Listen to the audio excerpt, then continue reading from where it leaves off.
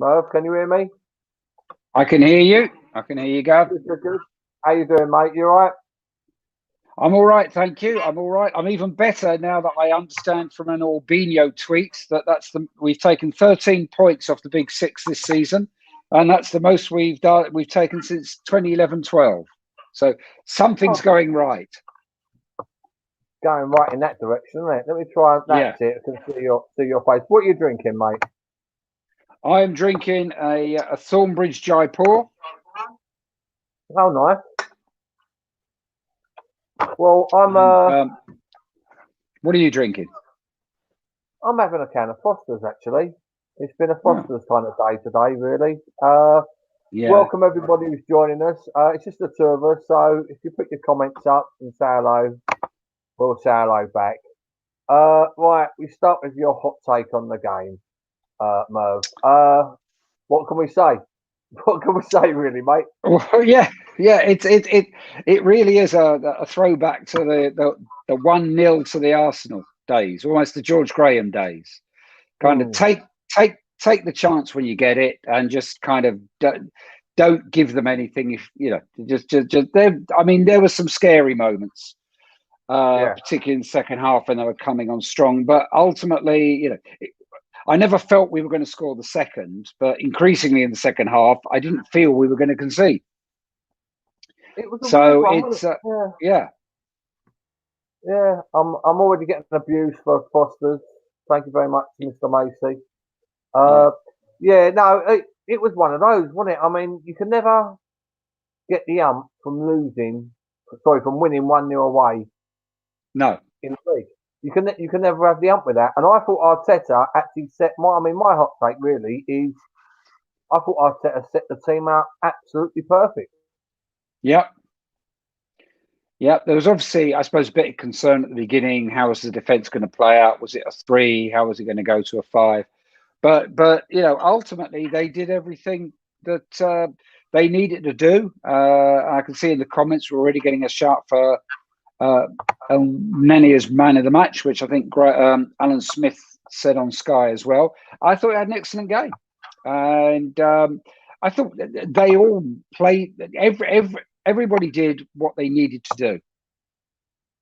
Yeah, I mean that's what I was taking from it. Really, I mean everybody knew their job, and there was no big individual errors. There was a couple of little minor things which could have gone against us. Yeah. But I thought we deserved. I mean, if you defend like that, I think you deserve the luck, Merv. Yeah, no, definitely. It really was a good old fashioned. It was almost a kind of 70-71 or kind of George Graham era defensive performance. Everybody knew what they had to do. Everybody stuck at it, and there were some scary moments. I was just following the Twitter threads and stuff. A couple of moments, Gabriel kind of had people on the edge of their seat, a bit concerned, and I think once or twice when Bellerin came on, there was a little bit of concern. Was he kind of on the pace? But I mean, ultimately, they cleared everything they needed to clear, and Leno dealt with everything he needed to deal with. And there was a bit of luck. He fingertipped one onto the bar. Giroud hit the rebound against the bar. But I mean, you make your own luck in those kind of defensive performances. Yeah, no, exactly. And it was almost like I mean, as you say, it was very much a sort of Georgie Graham defensive performance, which I wish we'd kind of done more often this season, if I'm being honest. It seems like we could have done with a lot more of them this season, and we'd be in a lot better position than we are. Yeah, it is the kind of game you look at and think, well, why haven't we done that more? The high press worked. It's kind of when Chelsea were beginning to get down the left, we tightened it up. We were working the ball. We kind of did all the things we were supposed to do. And I mean, the difference between that and something like last Thursday, I hate to remind everybody about last Thursday, but you scratch your head and think, is this the same club? Is this the same squad of players? Yeah, no, fair one. Your highlight of the game, Merv? My highlight of the game, El Smith Rowe, I thought was brilliant. Mohamed El Neni, I thought had a great game. I thought Gabriel, for his one or two faults, was very strong and did what he needed to do. I think Leno answered a few critics. I think that my highlight of the game was actually capitalising on Chelsea's error to score a goal, and then just effectively shutting up shop. Yeah, no, I mean the fair one. I mean, I've seen it back a couple of times, and the high press from Smith Rowe, you know, I can say was a part of why, you know, he's miscued the pass in the first place. So if he wasn't being pressured, and if you know, if Smith Rowe wasn't, well, basically up his arse at the time, then he probably would have had a chance to sort of turn with the ball. But he didn't. He didn't have a second with the ball. So I mean, not only did Smith Rowe sort of pressurise him, he then made sure that when, you know, their keepers palmed it out to Aubameyang, look, he stepped back. You actually see him step back. He's actually saying, "Give it to me." Do you know what I mean? He's making this goal. So I mean, to me, Smith Rowe could almost get credited for the assist and the goal. Yeah. Anyway, let's going to read a few of the comments out. Smith Rowe, man of the match. El Neni, man of the match. Philip Haynes, superb result. Well grinded that win, awesome. David Dunlop, grind out the result. Let's see where anybody wants to go. By the way, I'm on the Stappen, and it's lovely. Nice one, David. Daniel Douglas, super performance from the race today. If only we could produce that energy and concentration consistently. Again, can't disagree with that one, can we? And Daniel Douglas again. Smith Rowe is going to be some player, which I think we all sort of agree on there. But yeah, no, like I say, you know, the highlight was just that. We normally go into low light here. I can't really see one. Can you? No, I suppose. I mean, if I'm going to be, I suppose, if I'm going to be critical, I would think, you know, if that was a game I was at coming away, I was be exhilarated with the win, but thinking, why was it so? That last 10, 15 minutes were so scary. Why didn't we just kill the game with a second goal? We had a lot of opportunities to break, and I suppose just keeping composure. Yeah, they could have turned it into a second goal, then a very comfortable win. But that's hardly a low light. I'm trying to think of kind of what was the negative from that game. I mean, we did invite them onto us quite a bit, but we dealt with everything they had. And it's, I suppose towards the end, it would have been great to score the second to make it comfortable. But you know, it's an away win against a Big Six team. And we've beaten them home and away this season. And it's been a few years since we've done that against Chelsea.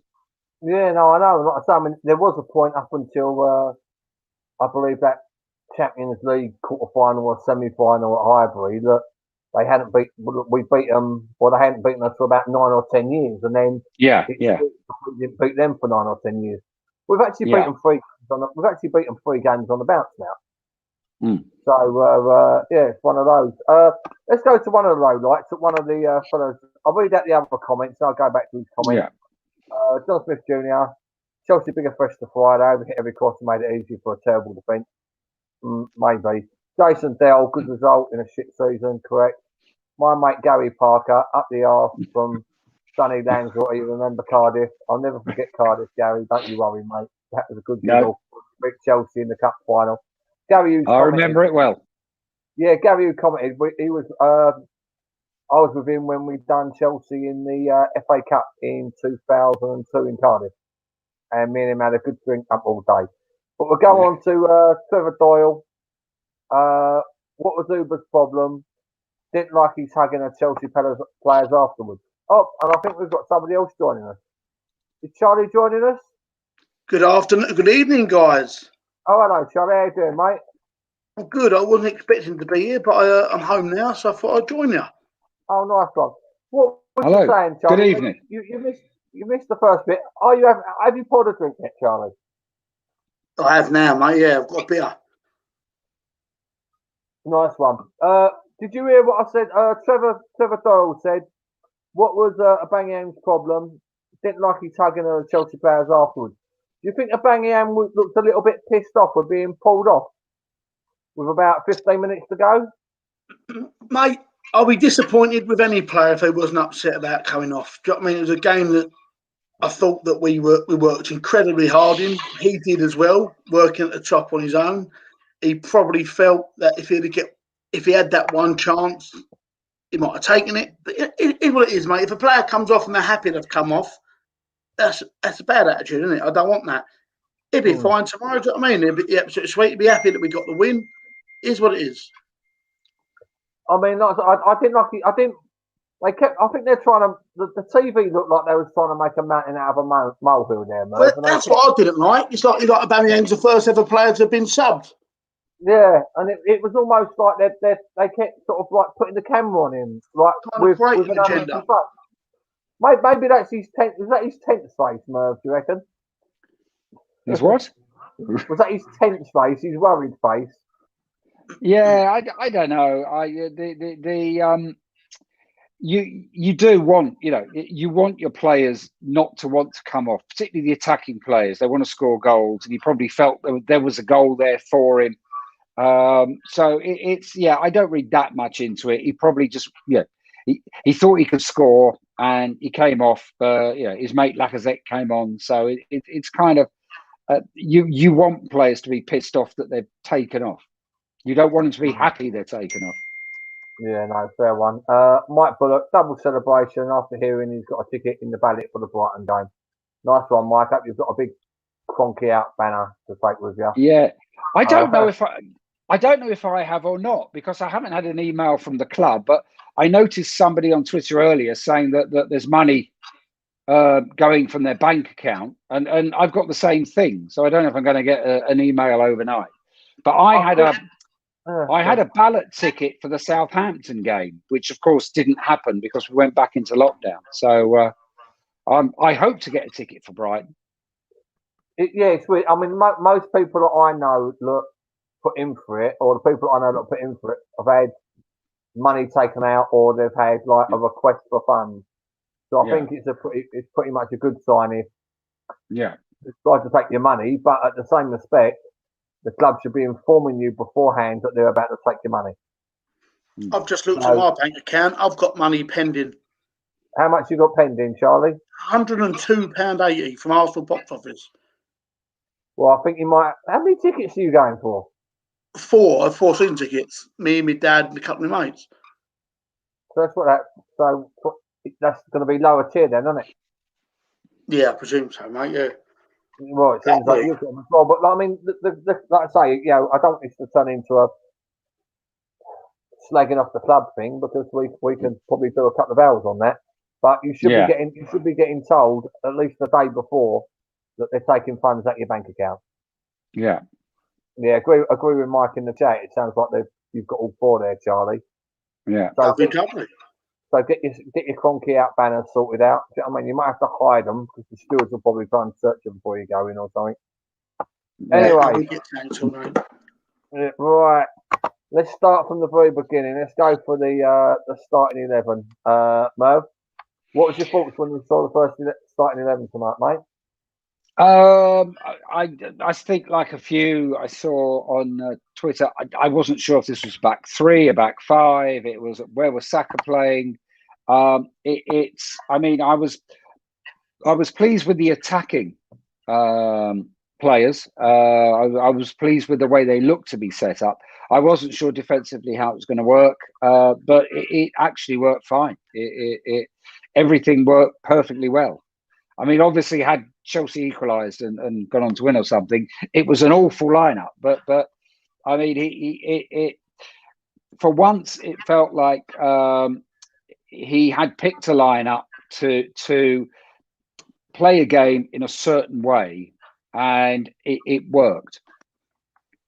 Yeah, Charlie, what was your thoughts when you saw the first 11? Do you think it was a bit too defensive, or no? When I see the lineup, I presumed it was 3 with the 2 wing backs, and like Chelsea have been quite successful with that themselves this season. Do you know what I mean? I think we sort of matched up to play them.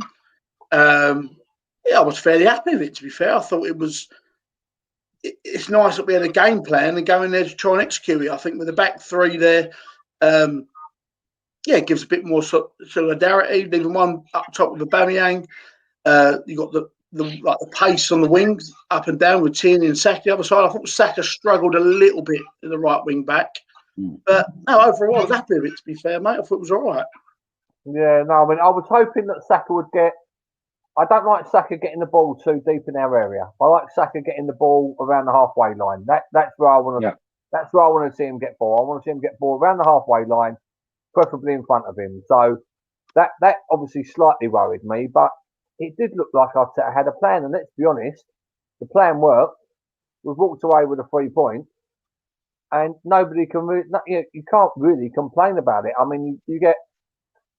In a few chats on Twitter, everyone's talking about the fact we had a few too many right backs on the bench. But 2 of them bloody played anyway. 2 out of 3 of them ended up playing. Do you know what I mean? And at one point, it looked like Tierney could come off as well. So at one point, all 3 of them players, like destined to play right back, could have played at some stage. So I was quite happy. Like I say, it's always unnerving when he tries something different, because as we've seen, sometimes it can go right and sometimes it can go wrong. But like I say, you got to throw your hands up. I got it right tonight, didn't he? He did. Yeah. Right, definitely. And go on, Merv. Oh, sorry. No, he did. And what I liked was when we did, albeit we can be frustrated that we didn't really take it to them to get the second goal. There were a number of times when, we kept the ball away from them. So I was getting frustrated that why aren't we trying to carve out the next goal? But actually, what they were doing was keeping the ball away from Chelsea, getting Chelsea to chase back, tiring them out a bit, and in those respects, it worked really, really well. Yeah, I mean, Charlie, to be honest with you, Chelsea ended up throwing the kitchen sink at us, didn't they, mate? They did, and we stood strong, to be fair. I mean, other than the little double scare with the 2-1 at the bar, Leno wasn't really called into action. I thought the defence played really well. I thought Gabriel was really good tonight. There's a couple of times he gives the ball away, passes and that, but the actual defence in, throwing his body on the line, I thought it was superb. Do you know what I mean? What you want to see from him. But I said, defensively, we didn't really, apart from that one mistake where Havertz should have scored in the first half, I thought we actually done really well defensively.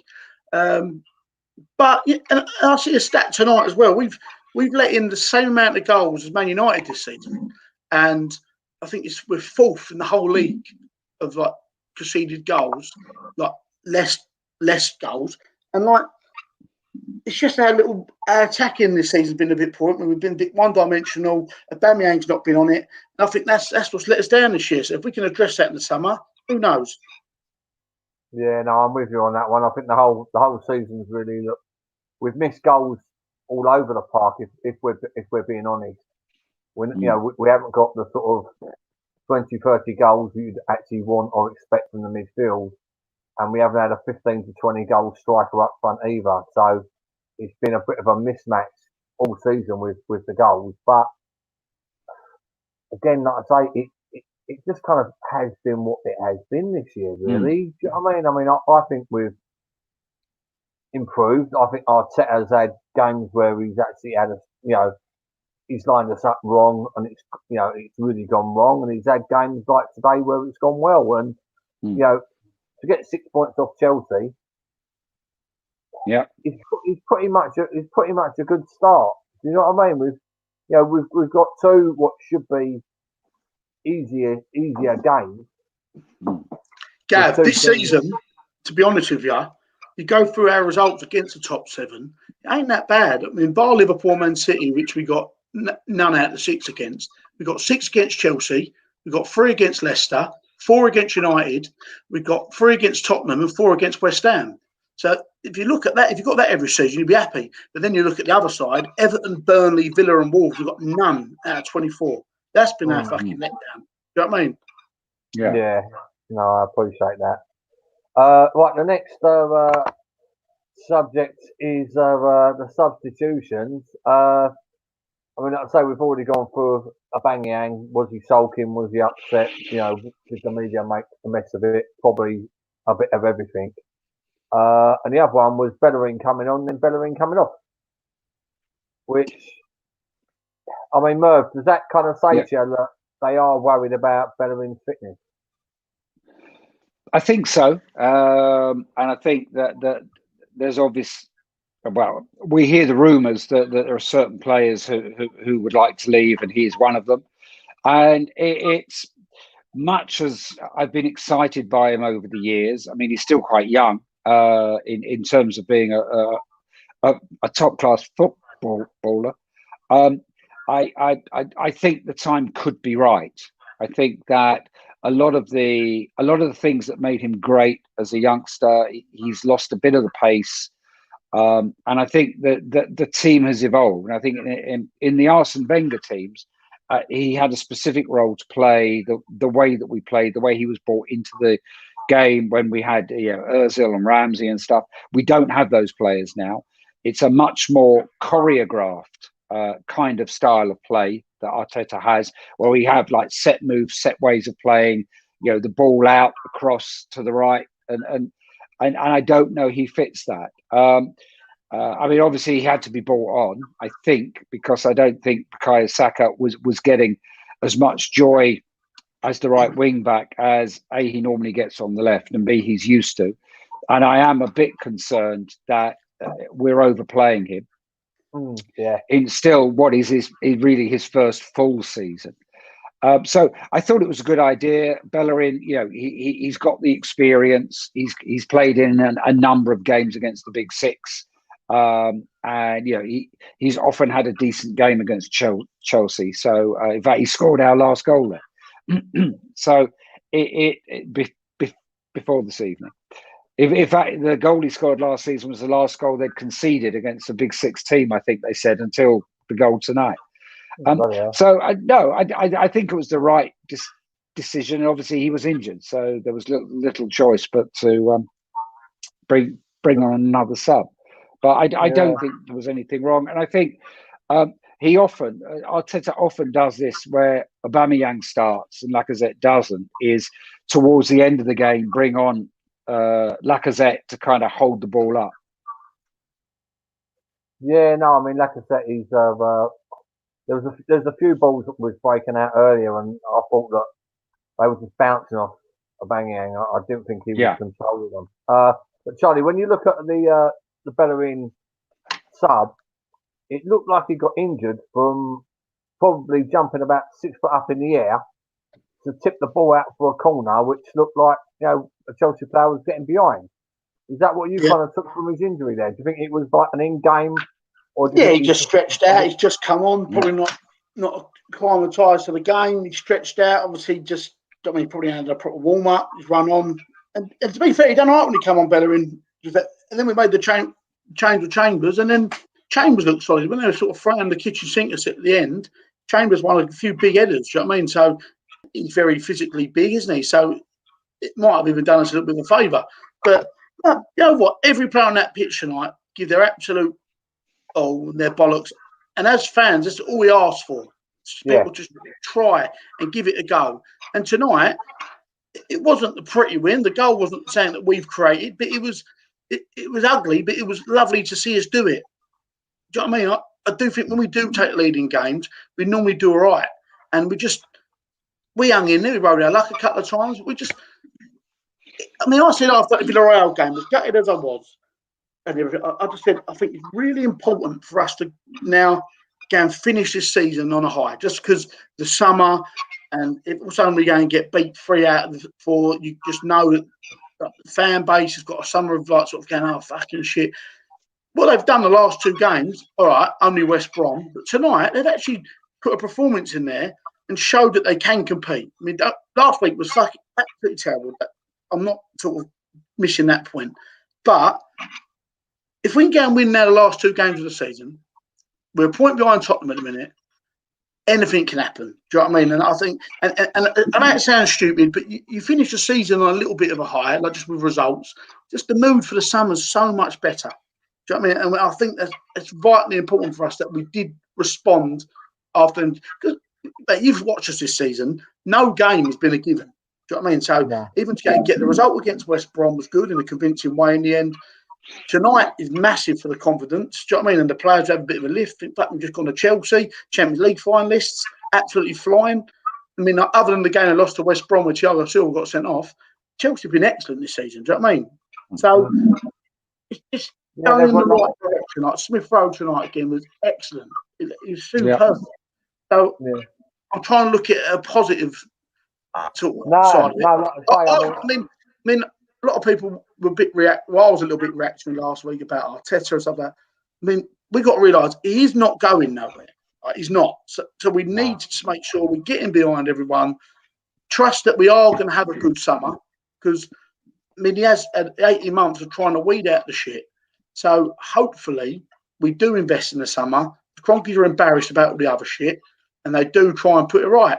And of what I'm hearing from people within the club, they're hearing the same. So I hope it ain't all just a load of fucking bollocks and trying to propaganda, if we generally want to get back to where we need to invest in the squad. There's 5 or 6 players in that squad that need to be gone, and we just need to try and stick with it for the minute. And just this end of the season, hopefully, is a little bit of a, just so we're not finishing the season on such a low. Do you know what I mean? Yeah, no, I agree with that. Colin Coulter in the chat said, look, Bellerin landed on his leg bent under the weight of falling, not stretching. But yeah, no, I understand what you're saying there, Colin. But I meant he injured himself while stretching to kick the ball out. Michael Griffin's probably pretty much saying what you've just said there, Charlie. Well, we got away with one. We got away with this. We got away with it a bit. There's an obsession about results. When we are down, we are not suddenly bad players that ain't trying. I read so much rubbish about this. Support. Stop banging about how shit we are. We need supporters to get behind the club. It's easy to say we're this and we're that when we win or we lose. It's more than that. The young squad and manager. There's a penalty on Party, full stop. So yeah, let's take that one up. Actually, I'll go straight back to you, Charlie. Penalty on Party? I thought so. I thought he clipped his legs. He's actually booking for diving now. I think it was disgraceful. Yeah. Merv? He's running away from the goal. He's got possession of the ball and he got tripped up. It wasn't intentional, but he got tripped up. I agree. I agree, Gav. It was, to me, it was a penalty. I expected VAR to actually rule that, but I don't even know if they looked at it. I can't, I can't. Yeah, I'm with you too.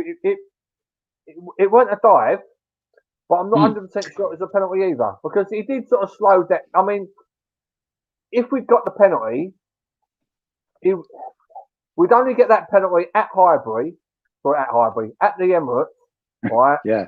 First, I wish we was at Highbury. We'd only get definitely at Highbury would have got it. Yeah. Oh, definitely at Highbury would have got it. Yeah. Well, we only would have got that at home against someone like Brighton or Watford or Fulham. Do you know what I mean? You're not going to get that. Away at Chelsea, and that's what VAR was brought in for, wasn't it? Yeah. All right. Before we move on, Gambino snitch. Has Odegaard done enough to justify us trying to sign him, Mo? That's a good question. I've been thinking about this, and in kind of my threads with obviously the guys I've been going with for years and years, we've been discussing this. I like Odegaard. I think he's a great prospect. Has he done enough to justify us trying to sign him? With what it would cost to sign him, it would be easy to say possibly not. But then we have to look at his potential, and we have to look at, is Arteta going to kind of build around him?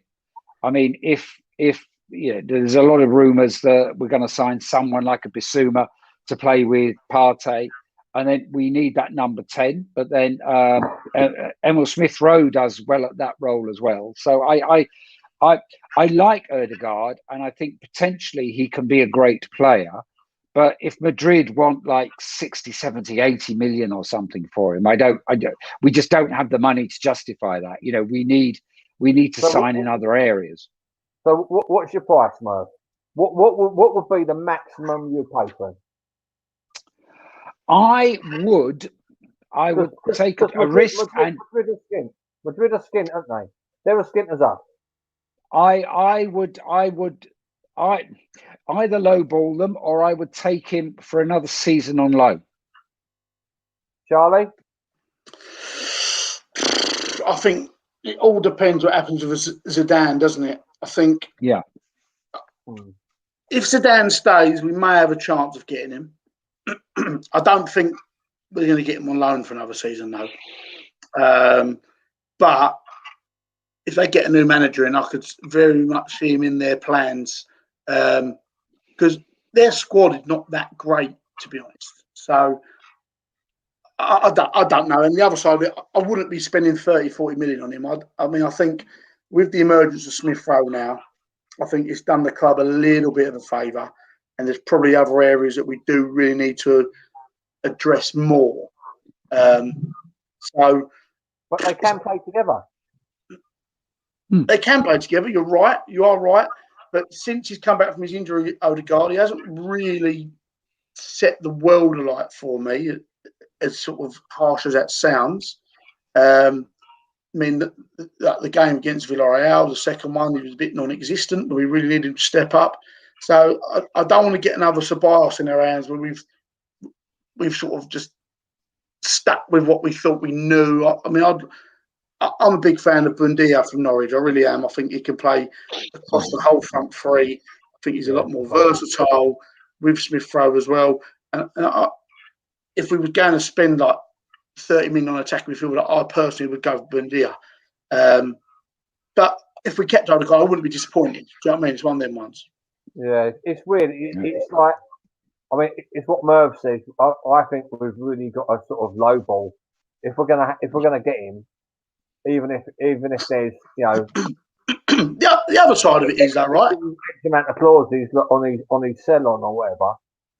I do think we'd have to really go low. The other side of it, though, if we can get 25 million for Willock and then invest that straight into the Odegaard money, that's an improvement in the squad for me. Do you know what I mean? So yeah, it can be done. We've got a lot of players I think will be up for sale this summer, and I mean, I've worked out the other day just a few players I think I would like to move on. I think we could easily raise 100, 115 million this summer, and that's me probably being generous with people like El Nene and Nketiah's for 10 million. Do you know what I mean? So, but I just have no faith in us in selling players. We're not very good at it. No. Yeah. Sorry, Merv, going off you. No, I was going to say, all I would say to that is interesting. I wouldn't be surprised if El Neni stays and they give him a new contract, because games like tonight, you know, he's done his job well. He doesn't. I mean, yes, sometimes he plays into trouble, but ultimately he doesn't that often. He's very careful with the ball. He's not going to set the world alight. But he's the kind of good squad member who can be sent out to do a job. So I wouldn't be surprised if they kept him on. But I think we do have, you know, I think, Hector Bellerin. I think that possibly one out of Chambers and Holding, you know, with the English kind of premium. I think Lacazette, certainly one out of Lacazette and Aubameyang will go. So I think, you know, Willock, Maitland-Niles, they will probably sell Nketiah, possibly Nelson. I think money will be generated, and if they can spend it well, is great. But I mean, if it's how they're going to spend it, and you know, they're talking about Ryan Bertrand and stuff, and what we don't want is probably, you know, another Willian. That kind of investing in an established player who maybe hasn't yet, you know, isn't coming to prove themselves. We need younger players who are stepping up, like a Bissouma, stepping up. I hate to say a smaller club, but I mean, into one of the big six, and will really, really grab their chance. Yeah, no, I'm with you on that one. I mean, I think that what's desperately needed in the summer is young, hungry, ambitious players. That's what we need. We don't need the journeymen who are after the last 2 or 3 years of their football life. anymore. We need speed as well. Yeah, just going to go through the comments. Kevin Marshall, I wouldn't want the Norwegian to boy as quite was needed elsewhere, which I believe both of you two mentioned anyway. ESR is more a complete player and more mobile, agree there as well. And David Dunlop, we aren't the best of selling players, and I think everybody can agree there that that's probably a huge understatement. We're absolutely terrible selling players, absolutely dreadful. Right, well, let's move this on to the next one, which is our goal, which I think we've covered anyway, haven't we? I mean, Smith Rowe done very, very well on the high press.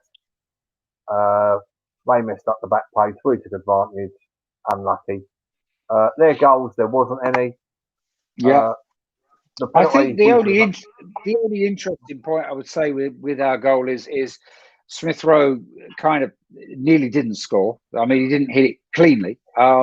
And there obviously was the case, as they discussed in the commentary, that it's actually a red card.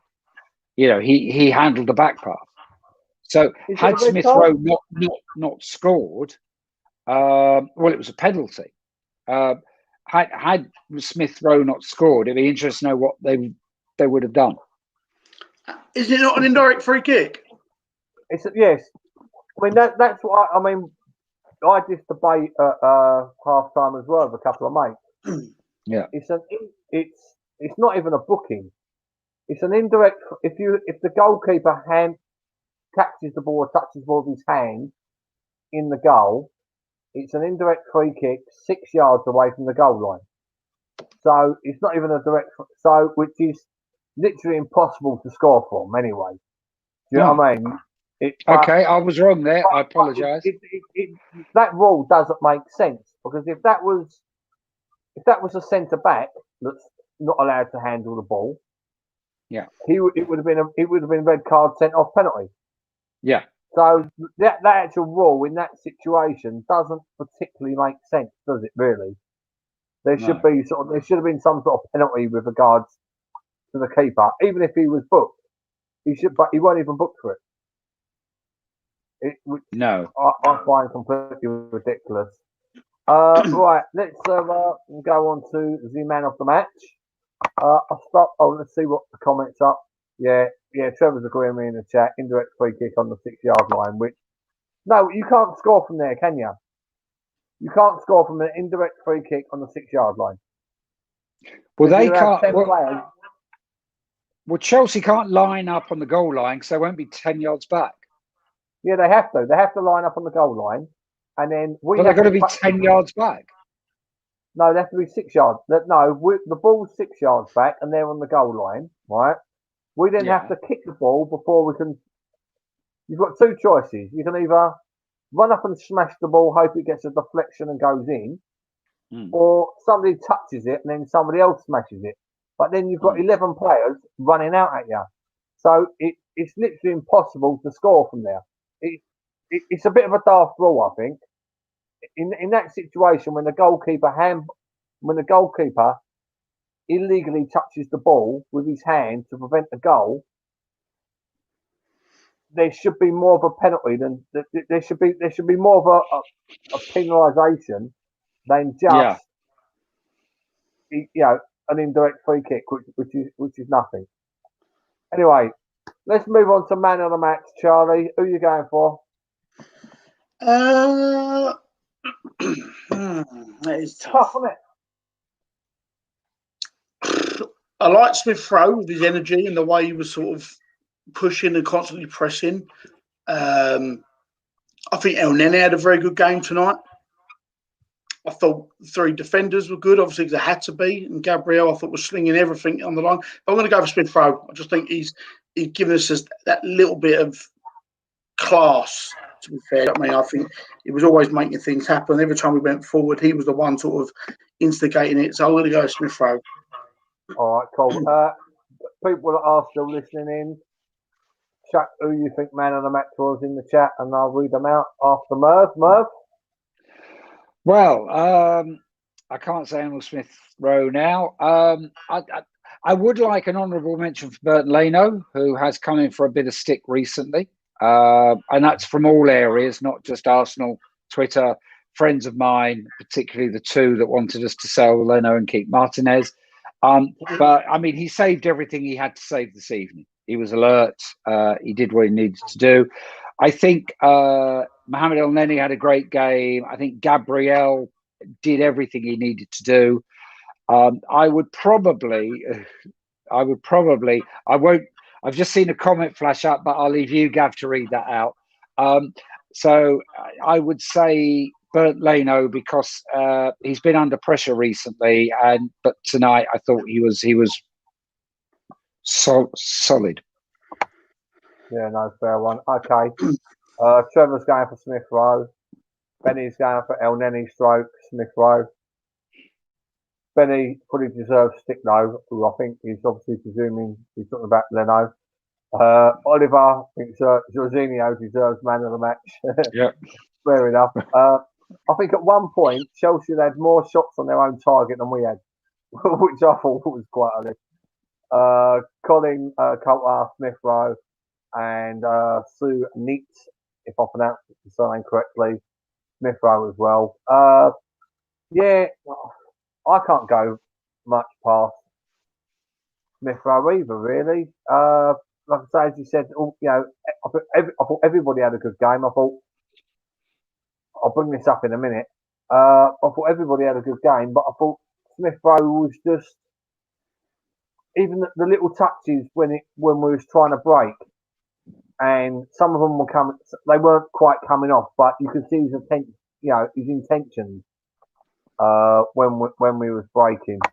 I don't really want to. Here we go. The weakest link. I thought Partey. Sometimes I look at him and wonder why we've spent that amount of money on him, Charlie. I thought defensively tonight he was excellent. But again, the amount of stray passes he put. That's the one thing he needs to improve.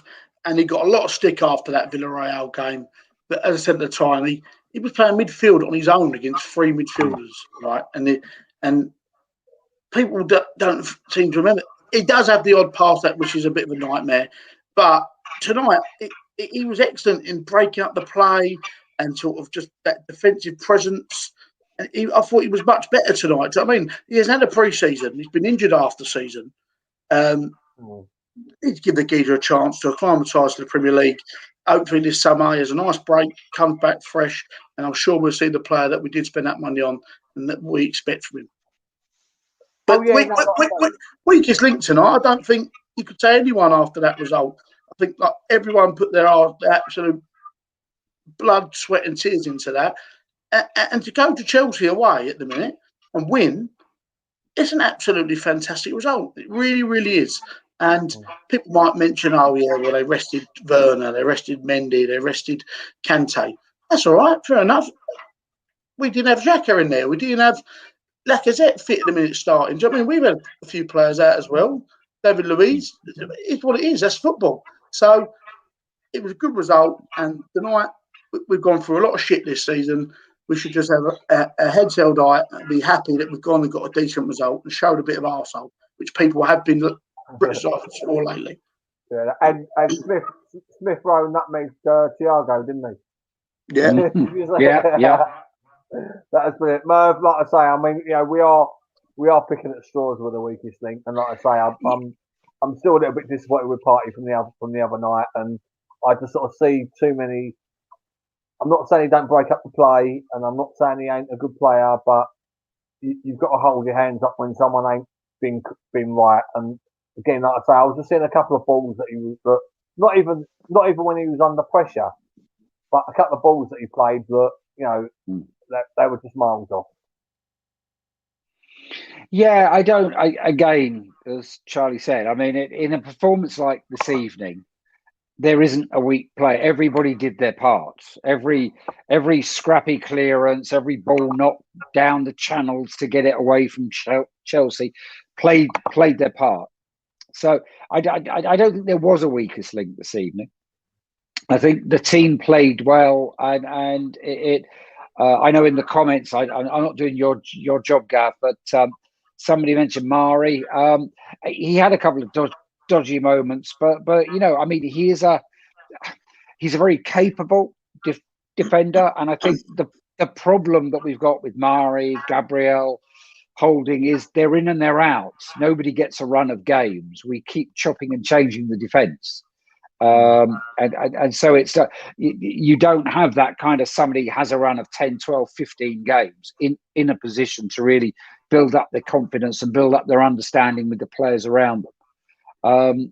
So it's no, I'm not. I don't have a weakest link tonight.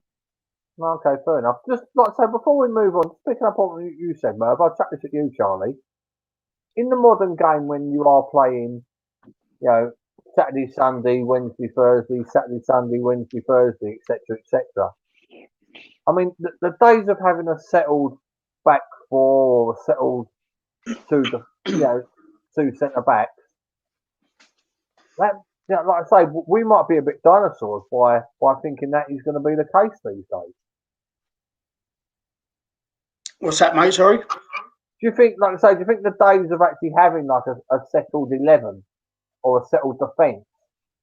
Do you think that's long gone with the fact that now you're playing 2-3 times every 7 days, 7-8 days? No, I don't know. Do you know what I mean? I'm just honestly opening up the question, really. I think every successful team in the past, at all levels, every successful team has had their two centre half pairing. They know they are. They know their two best are, and they work with each other, and they know what each other's weaknesses are. They know what each other's strengths are. They rely on each other. I think that is a problem of ours, that we haven't had a settled back two. I don't think Arteta knows who his best back two are. I think, well, for me personally, I would say my best two are, and you'd get probably 3 or 4 different other options from people. So my best two, if everyone's fully fit, would be David Luiz and Gabriel. Yet, stats-wise, Rob Holding's been involved in most clean sheets. So it's hard. I think where we haven't got that continuity at the back, I think that's really difficult for the team. But I think that's across all over. We haven't had a centre midfield partnership this season. We haven't had a. I mean, all these teams have got their key. Manchester United, for example, right? They're playing really well. Without reason, if they're fully fit, they're playing Lindelof and Maguire. Right? You can aim their back four no matter what. City changes a little bit if everyone's fully fit, but Laporte and Stones are both absolutely quality players, so they can slip in there. Liverpool, everyone's fully fit. It's Gomez and Van Dijk. So Chelsea tonight have gone for 3. They've got the 3 in the back, but they've been good again. Been Rudiger, Silva, and Zuma. So you do need to have that structure for me. I think, like, you look at every successful team, you can name their two centre half straight away. So I mean, you think like I say that is the way forwards, and like I say, from now on, not only us but most clubs that are playing, 3 games every 8 days, you're not going to see more chopping and changing. Well, you are naturally. Do you know what I mean? And you've got to go through the season, as in Europa League. That's when you try your fringe players in the group stages. When you start getting to the latter end and you are playing in 3 days, maybe you do need to mix up a bit. But if your main centre halves are fit, for me, you've got to go with your strongest ones, and then you make the changes accordingly. I think, and hopefully they're as good as the ones you're going to replace. Like I say, Merv, the same to you. You think that, like I say, you'd want. I mean, for example, if we're playing 3 big games in 1 week, you'd want the same 2 centre backs playing in all 3 of those games in the 8 days. Well, it's what I'm used to, I suppose. Going back and my as I said, I think on the last time I was on, my first season of being taken to every home game was the 77-1 double. So I've been used over the years to a centre back pairing. McClintock and Simpson, O'Leary and Young, even down to Adams and Bold, and so I think we're used to that. I mean, the Invincibles, it was always Campbell, Toure. So you kind of know that defence. It's slightly different now in that we need this kind of almost 5 or 6 central defenders in a first team squad. But I do wonder that sometimes we rotate them a lot. So you don't, Gabriel doesn't get a long sequence of games. And if he does, he's playing next to somebody different all the time. Tonight, Mari was there. He does well playing with Louise. Holding seems to do well playing with Mari. It's the partnership thing. So I would like something more settled, but the modern game kind of doesn't call for that because there are so many games. Having said that, even if we win our last 2 games, we still might not finish in the top 7. So if we have a season without European football, then I think that there is much more of a case for a settled team. Because other than, I suppose, the League Cup, the FA Cup, it's all about the league games for us. And it's all about getting back into the top 4. So I think, it calls for a settle. If we're only playing 1 game a week, we don't need to keep rotating. Yeah, no, fair one. Right, gentlemen, I'd like to say thank you thank you so much for everybody who's joined us in the chat, and I've read out loads of your comments. Thank you ever so much for the interaction. Thank you very much this evening, Merv. Yeah, you're welcome. Thanks for having me. And thank you very much, Charlie, for jumping in.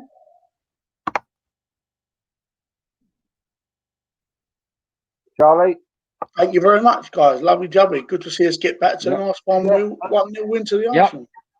And like I say, I mean, what can you say? Do you know what I mean? We win 1-0 away. We should all be happy. 6 points against Chelsea. 3 games on the spin, including the FA Cup. Not a lot they can say, can they, really? Well, they can when they start winning trophies. But like I say, at least we've got a little bit of a smile on our face. Anyway, thank you so much. And we'll see you soon.